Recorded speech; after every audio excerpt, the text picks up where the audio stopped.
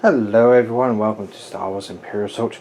I'm just going to go through the Grand Inquisitor Sith Loyalist Villain Pack, which is actually, well, let's just say there's something very good in here. Well, there's a lot of things good in here. Well, anyway, let's have a look.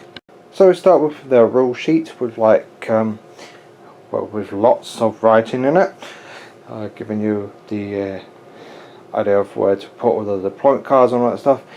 Tells you about the skirmish attachment. We have the skirmish mission map. We also have extra rules, which is just for the Inquisitor to understand how he works, and also have a brand new one called the time period, and it actually has them here. So it says, in order to allow a more open-ended play experience, the missions in this expansion do not include time periods and can therefore be used in any campaign. Mainly because that the Grand Inquisitor was actually from the show Star Wars Rebels. Yeah.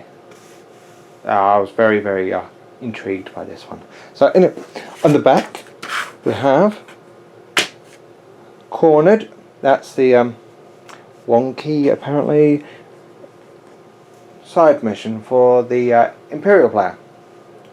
If the Imperial player wins, well, you get the Grand Inquisitor. If the Rebels win, well, you don't get the Grand Inquisitor, which you become like more of a sad face. Or do you? Here we have the new agenda deck, the Inquisition. We have this one right here. It's like when they least expect it. It's all about having a hunter, becomes focused, and may immediately make a move action. We have this one over here, which is of course the side mission for trying to get the Grand Inquisitor. We have this one right here, which is targeted by the Empire. If you do not have the Grand Inquisitor in your deployment or side or anything, if you don't have the Grand Inquisitor, a potential potential deployment card that could be deployed in the mission that you're playing, this card right here allows you to actually put him in the game. However, he can only go ahead and target one rebel, and when that rebel gets defeated, he leaves play. But it's still hilariously fun just to put him on there, even if it is just for one person. That's the 2 influence points one. That's really it. So either way, you can actually play him even if you don't actually win this one, which is, I think, is a great idea, an excellent idea. Well done. I'm really pleased with this one. Even that one's not that bad as well. As a hunter becomes focused and gets to move straight away. Yeah, awesome. But that, well done indeed. We come on to the item card, which I think is an excellent idea to actually have items in these packs. I really do think it's a great idea. And of course the Grand Inquisitor has one of them, which is a tier 3 item card. Let's have a look at this. It's called Electro Staff, Staff Energy. It's a melee weapon, of course it is. Blue, red, green. Surge +2 damage. And when you declare an attack with this weapon, that attack may gain either reach or cleave 2 damage. Has one slot there. Costs 1,250 creds. Either way, you get another item that you can put in the item deck. So the rebels can actually potentially buy this item. I think actually every single one of these packs should come with an item, which makes them more likely to be bought, even if they're kind of meh. Well, just a little bit more ways of trying to get them. Anyway, I think it's a great idea to add an item in this pack. And the Electro Staff, I think it's definitely worth it. I mean, the damage potential can be quite good, and the extra slot item, and then of course you can either pick cleave to down or reach, just like that, giving you the options right there. I love it. Well done.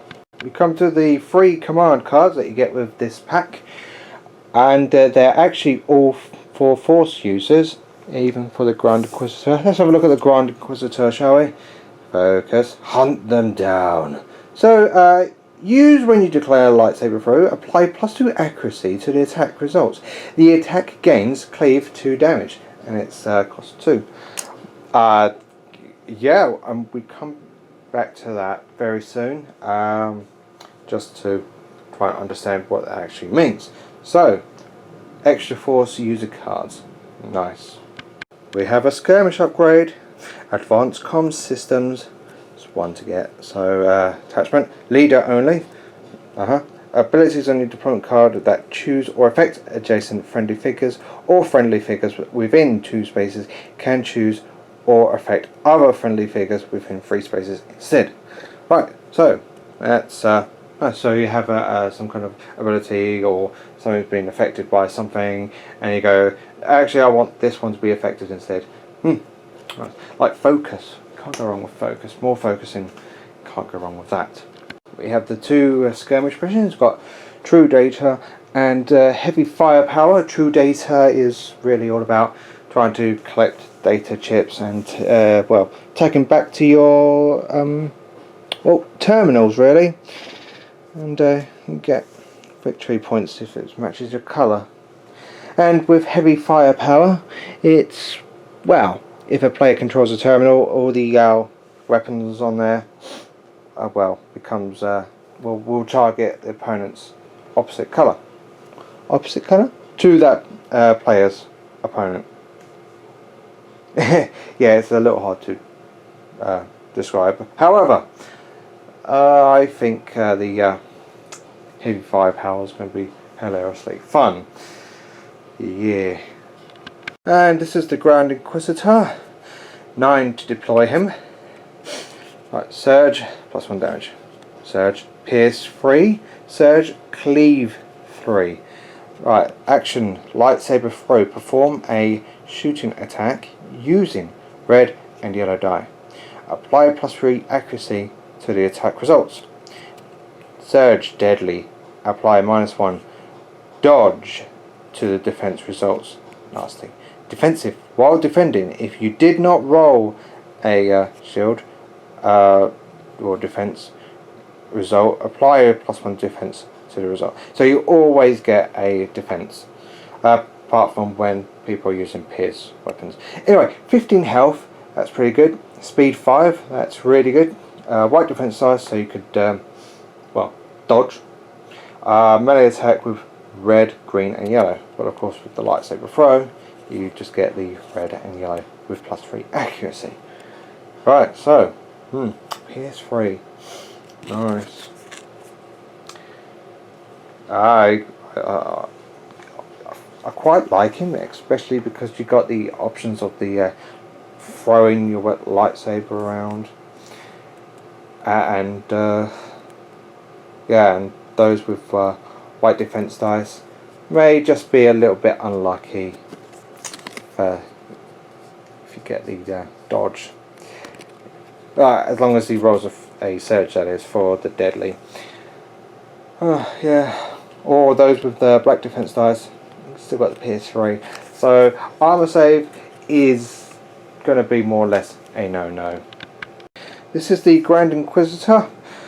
Yeah, the lightsaber staff kind of thing is very flimsy and can easily be well, wobbly.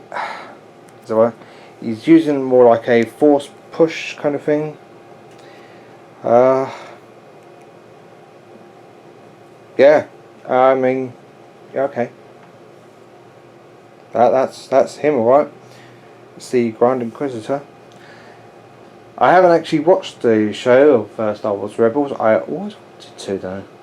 I really should one day.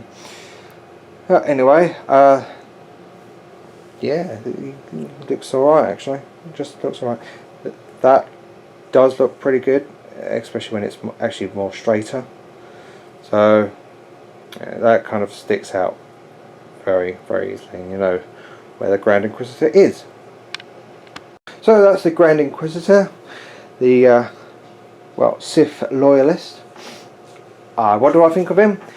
I really, really do like him. I mean, the agenda cards, amazing. The extra, the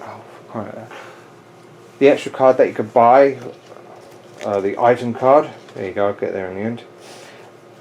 Is a very good idea. I absolutely love it. The skirmish upgrades, not that bad as well, but it's for Force users, not for everyone.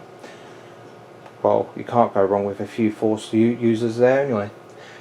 And yeah, the skirmish mission seems quite fun. The Grand Inquisitor himself, he deploys at 9, but he seems like quite a beast. His defense, however, can be quite low. I mean, for the white dice, if you could get like in between 1 or 2 or just a dodge. Minimum 1 defense. So yeah, I mean, yeah, he's kind of a beast. I actually like this pack a lot, and considering all you need is just the base game and you can use him at any time level, I really think he's a very good buy. I would recommend getting him. But then that's my opinion, and you don't need to listen to my opinion at all. It's just opinions are opinions. Oh, anyway, thank you very much. Until next time, bye.